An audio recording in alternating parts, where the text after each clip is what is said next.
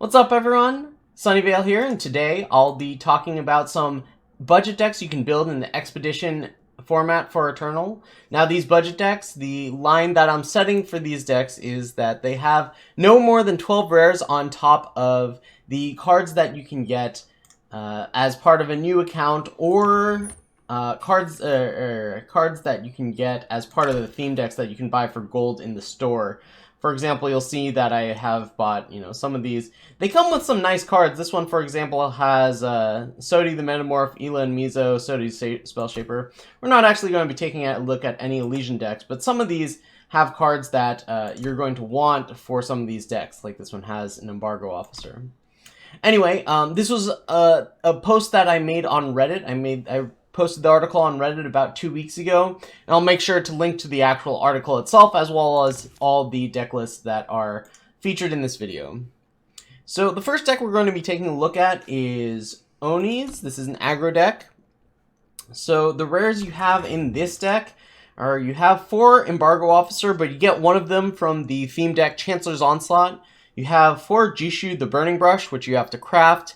You've got 1 Chemo Ijin's Apprentice, which is a legendary, but you can get it from the Chemo's Outlaw theme deck. You have 2 Press the Advantage, 1 in the market and 1 in the deck. Both of them you have to craft. And you have 1 Long Barrel and 1 Steel Frame Chakram, both of which you have to craft. So those are the rares in this deck.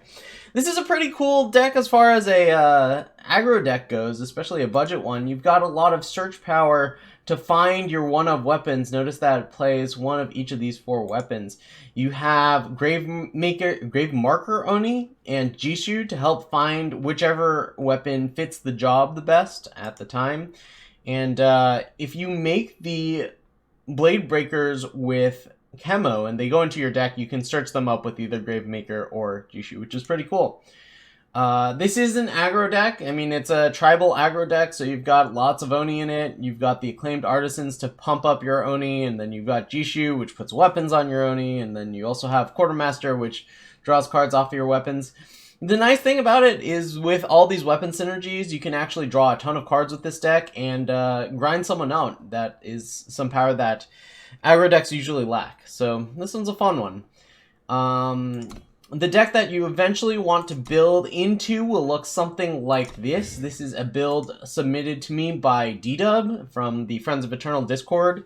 More camos. It's got an Eclipse Dragon. I don't think this one has a Dragon Forge. Oh, no, it does have Dragon Forge. So we're still using Dragon Forge to tutor up cards. But this one also plays some Smugglers and some nice ones in the market like Lay Siege and Kyojun.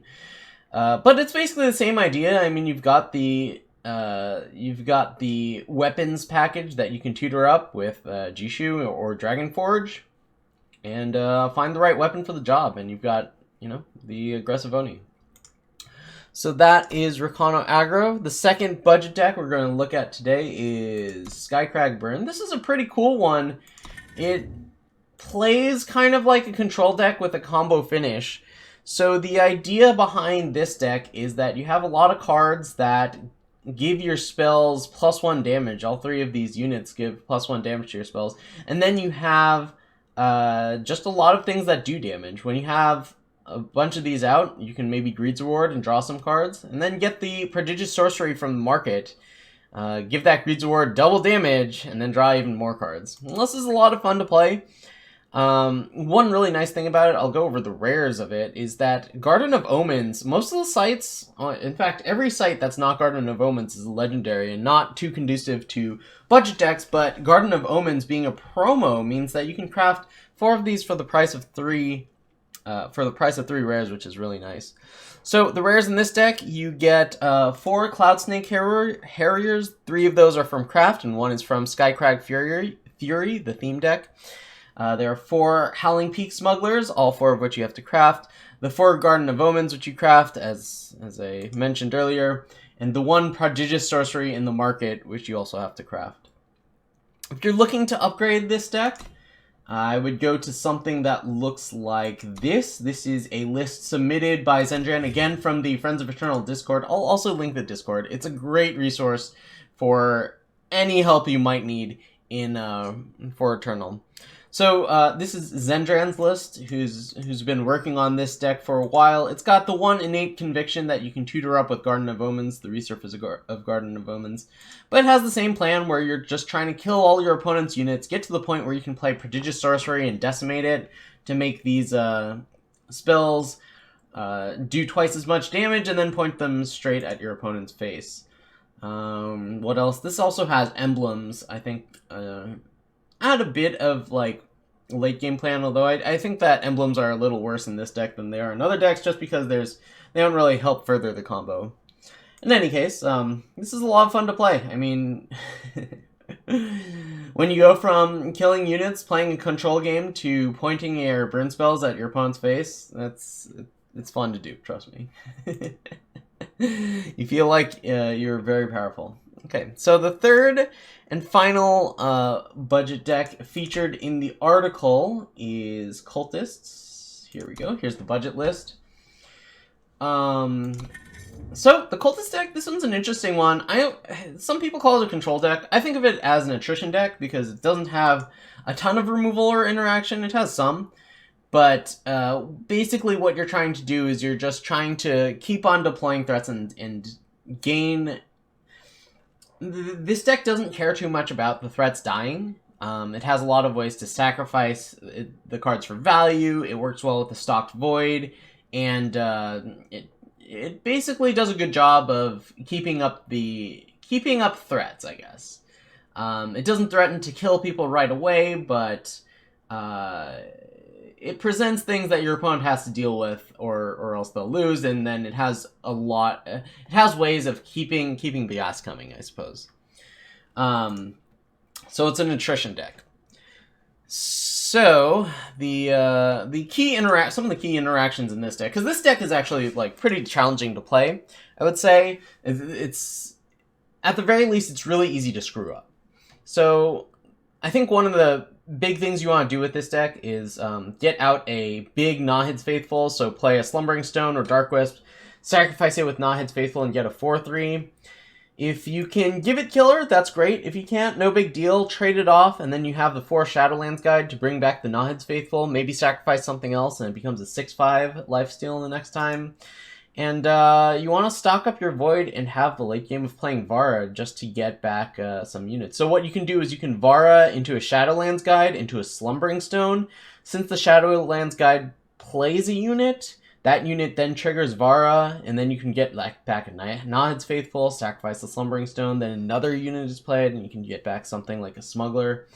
This deck does some wild things when it has a full Void. The other thing is that you have Immortalize. If you have something with Killer in your Void, you Immortalize it, you can start giving your other units Killer too. Anyway, there's a lot of play to this deck. There's a lot of cool things going on.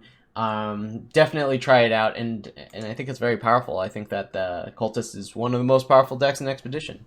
Anyway, so the rares in this deck, we've got 1 Zenzu from the Nahid's Followers theme deck. We've got 4 Evan Dune Smuggler. We've got 4 Shadowlands Guide. These you have to craft. These you have to craft. 4 Worthy Cause.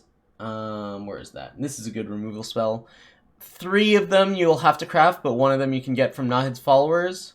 1 Arc of Soul in the Market, which you have to craft, and 1 Vara Fate Touch, which you just get from a new account, so it's a nice way of getting that legendary in there. This one builds into... I'm still working on my Cultist list, but this is what I was working on stream today. So this is where I'm at. It's got the Xenon Temples and the Carvet and the Incarnus, a bunch of legendaries to go big with it. And provide even more resiliency. But it's the same idea. Nahid's Faithful, Shadowlands Guide. I think that's the core of the deck. Worthy Cause, Devour. I think that's really the core of this deck. Anyway, so those are 3 budget decks that you can build in Expedition, all of which only require 12 rares to craft. Yeah, we've got this big Expedition tournament coming up this Saturday, and that should be pretty cool.